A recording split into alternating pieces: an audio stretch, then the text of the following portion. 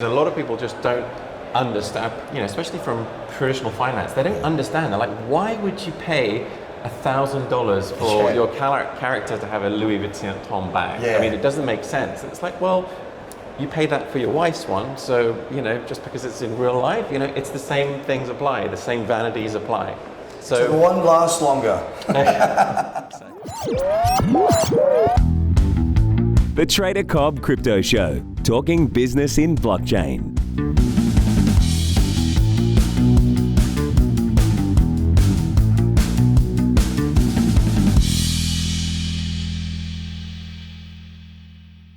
Today I've got a gentleman who is from New Zealand. You're not going to guess that when you hear his accent.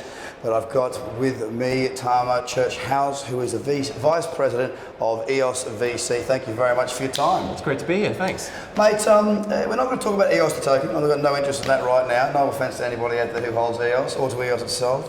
Or to Brock, sorry Brock, but it's more about what you guys are actually doing. So tell us a little bit about EOS VC and what its role is really. Sure. So throughout the token sale, 2017, 2018, EOS brought in just over 4 billion in revenue, and $1 billion of that was earmarked towards supporting companies that are building on or using the EOS.io platform. Okay. And that's pretty much it. We have a number of partner funds, Galaxy, etc. in the US, and a few others. The main core of that asset is managed by a team out of Hong Kong, led by Mike Alexander, and we operate really as a traditional VC. That's pretty much it, and we're really looking for, looking for good companies who use it in some way in their stack. That's it. And I mean, thank you for making it nice, simple, straight and precise. We didn't have to go into too much detail on something that is quite a simple answer, so I appreciate that. Sometimes it takes a very long time. But what have you done so far? I mean, where have you invested? Have you found that there's been a theme with the investments leading up to where you are now? Yeah, I mean, very much so. If I look at the last 12 months, it's really been dominated by the gaming space. Okay. So if we look at kind of our, our partner funds and kind of the whole ecosystem, it's mainly been, I would say, the biggest sector within blockchain, as it were, is the gaming space, and that's really driven by the NFC side of things, and we think it's a very low-hanging piece of fruit in terms of the first kind of broader vertical that's going to get shifted by blockchain. So that's really number one. The second thing we're really starting to look at now is more of kind of the supply chain, logistics. Yeah. A little bit boring, but you know what? These are existing businesses that can be upended pretty quickly. So that's kind of what we're looking at the moment. So I was speaking to somebody in Australia not too long ago. I was speaking about perishables. So you're sending meat from, say, Australia to Japan, it stops at port somewhere in Indonesia. All of a sudden, the freezer shuts down. Well, this end's saying no, we sent it frozen. This end's saying, well, we didn't get it frozen. Who's to blame and how's it work? And there's ways around that, and that's the whole. As you say, very boring, but a massive industry that could use a little bit of help there as well. So I understand that side of it. When it comes to the gaming side, do you think it's being, like the blockchain business model is working well? Because a lot of gamers were the first into Bitcoin and crypto assets, and they're much more openly about utilizing it? Or is it just purely from a business play and the blockchain's behind the back of the business? So, I mean, if we look at the early iteration of, and you're absolutely right, is that, gamers were really one of the biggest parts of the early ecosystem. And you mentioned Brock, for example. Yeah.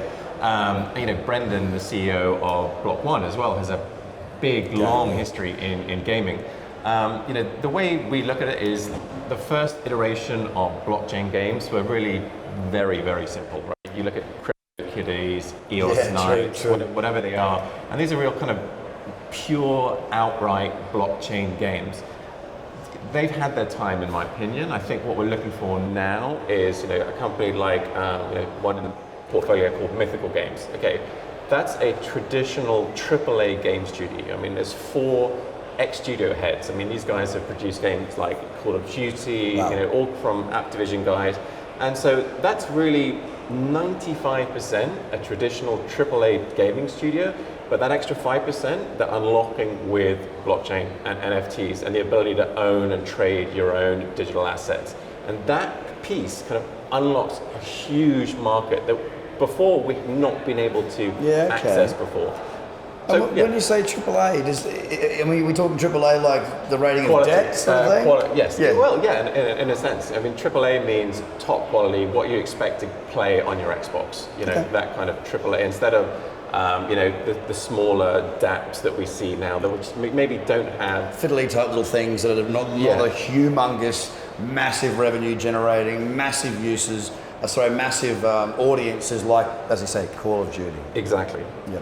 And I mean, will a lot of these projects that you're investing in, I'm asking you this because I know you've got the skinny on this, you're in the depths of it, will they be issuing their own token to be, say, buying a new sword or a skin for the gun, that sort of thing? Is that sort of where it goes as well? So, that's a great question, and it's a huge answer, so I'm going to try and keep it very, very short. It's a huge market too. Yes, it is. I mean, getting to market with the ability for players to actually extract value. The whole point about blockchain and digital assets is for the first time in a game, you have ownership, like property. And when you think about it, that's title, property rights. Yeah. When you have that, then you've got market, and then you have value. But how do you transact with value? You're going to need fiat at some stage, and where the fiat starts and where the crypto token ends is a big question. There's a lot of anti-money laundering, KYC.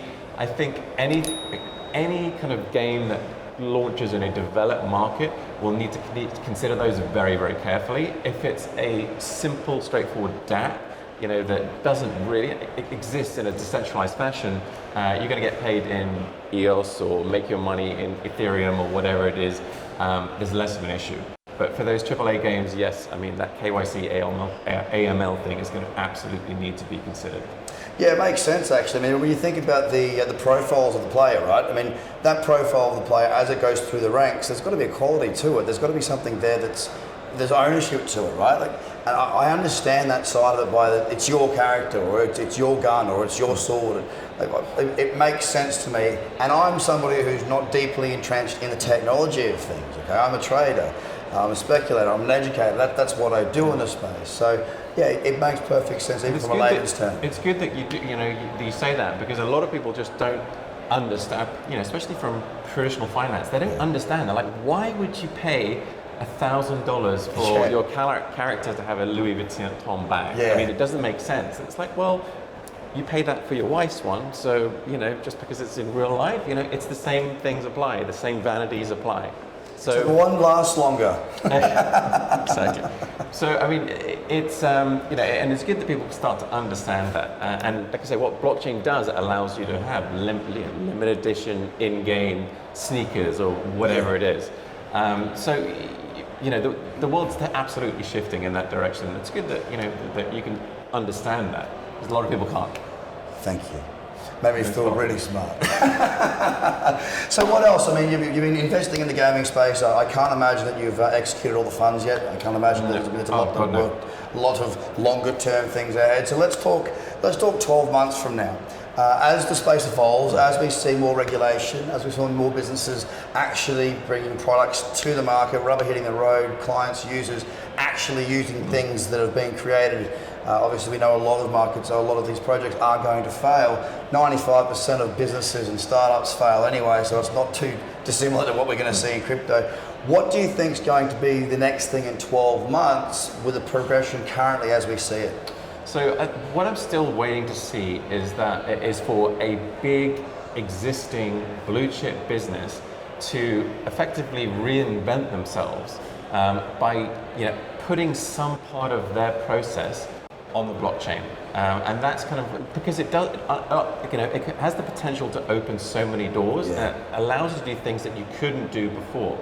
But I've not seen enough cases of a $20 billion logistics company or social media company or any major company say, look, now because we've implemented this, we're going to get an earnings multiple that kind of skyrockets or whatever it is. I haven't seen that, and I'm hoping to see that in the next 12 months as the space matures. And from an investment point of view, that's kind of what we're looking for as well. We're at a crypto conference and we're looking at blockchain companies, but blockchain venture goes well beyond what you would call a blockchain company. It is any company that uses blockchain at all to reinvent or improve substantially any part of their business process or their stack. And there's just not enough companies that we've got to find them effectively, and that's really the challenge for us over the next 12 months.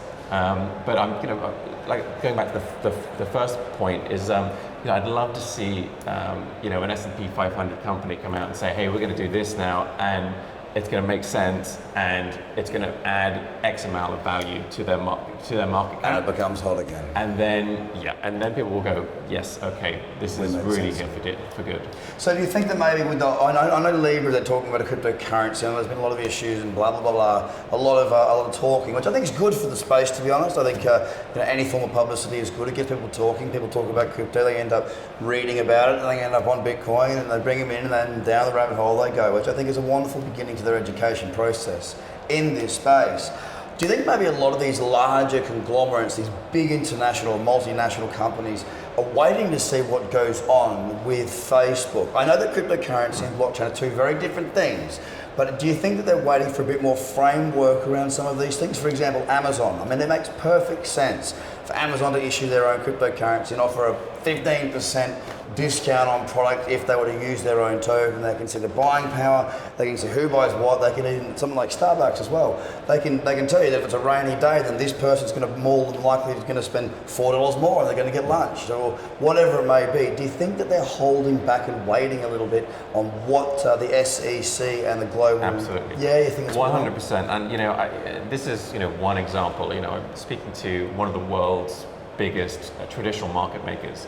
Wow. And they had a small, OTC crypto desk, and it was profitable. It was very profitable, but it was a very, very small part of their overall business. Yeah, okay. And what I understand is they shut it down.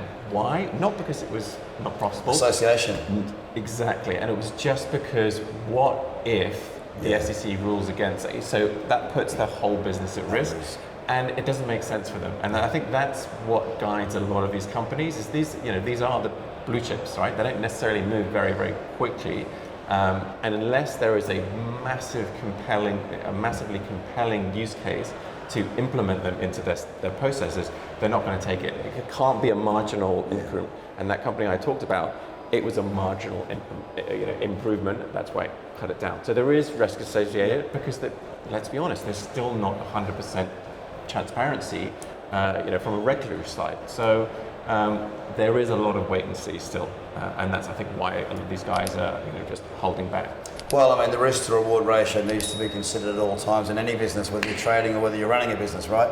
And if that little bit of risk is making that little bit of reward, but it's putting everything else at risk, then it's a pretty simple one to look at. Now, final question: do you think that because you're only and I might have heard this wrong, so if I did, please do correct me. You invest only in only in businesses building on the EOS blockchain? No, that seems a bit limiting. And then that would be very much so. Really the mandate is, companies that will touch the EOS ecosystem in some way. It could be a private chain, it could be on the main net, it could be, let's say a company is building a multi-asset wallet. If they support EOS, well, that fits the mandate. Okay. So it's a very wide hoop that that companies have to jump through. And look, practical investors, we're not. That's what I was thinking. I'm like, surely you're going to expand, And as yes, this is EOS VC, but I'm not a maximalist. I'm a practicalist. And at the end of the day, it's companies who want to use the software as well. We're not going to just pay people to implement it. I mean, that's no business case for that at all. Well, it sounds like they got the right man for the job in my eyes. Practical thinking, easy to communicate with, and it's been an absolute pleasure meeting with you. This is mine, thank you. Is there anything else that you want to tell us about that you think is important before we wrap? Not really. I wish you'd asked me that before, but no, this has been great. I really appreciate it. Oh, mate, it's an absolute pleasure meeting you, Tama. It's an absolute pleasure, ladies and gentlemen. Thank you very much for your time today. Have a fantastic day. Bye for now. The Trader Cobb Crypto Show, talking business in blockchain.